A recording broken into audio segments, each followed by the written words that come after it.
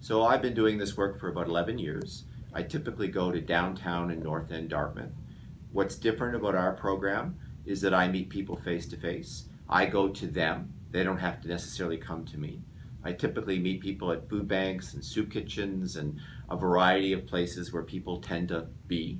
And the persons who identify me as being helpful are people who are looking for down the road to work. They want some kind of paid employment or even volunteer employment, like something where they are engaged, if you will, on an ongoing basis.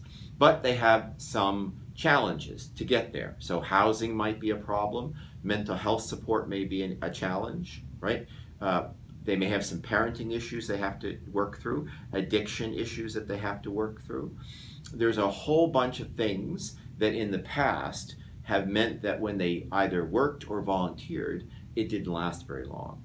So what I do is I engage them or refer them or tell them about different kinds of employment agencies, Solutions Learning, Lake City, Nova Scotia Works, different agencies that have different kinds of programs. Dartmouth Housing Help, for instance, right?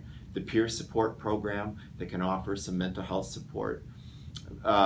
The Wellness Navigator of Nova Scotia Health Authority. There is a lot of places and people in our communities that are there to support people to get them from A to B, but people just don't know.